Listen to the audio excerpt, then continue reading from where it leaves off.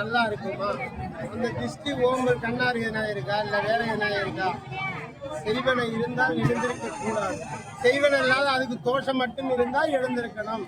தோஷம் இருந்தா தான் எழுந்திருக்கணும். ஐயனாரப்பா தோஷம்.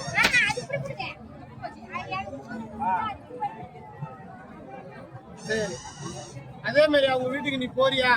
போற மாதிரி இருந்தா எழுந்துரு. ஓ பட்டுனு உங்க குலதெய்வம் என்ன? ஓரடி அற்புத மாதா வீட்டுக்கு வரியா? அந்த மாதாவே நேரா வராங்களா? வர மாதிரி இருந்தா எழுந்துரு, இல்லைன்னா எழுந்திருக்க கூடாது. கண்டிப்பா அந்த அம்மா துணை இருக்கு. அந்த பொண்ணுக்கு ஏதாவது செய்யணும். கண்டிப்பா நிறைவேறும். ஒரே மாசத்துல எண்ணி 30 நாளிலே மாங்கல்யம் வரும். கண்டிப்பா அன்பர்த்தம் நல்லா இருக்கு.